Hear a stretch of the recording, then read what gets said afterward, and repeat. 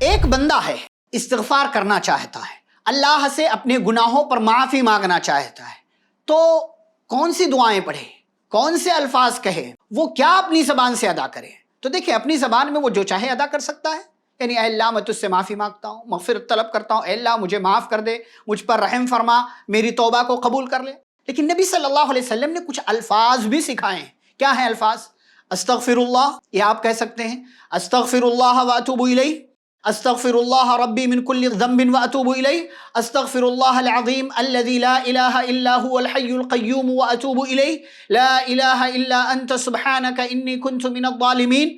اور ایسے ہی بہت سی دعائیں، ربنا ظلمنا انفسنا وان لم تغفر لنا وترحمنا لنکونن من الخاسرین، رب اغفر وارحم۔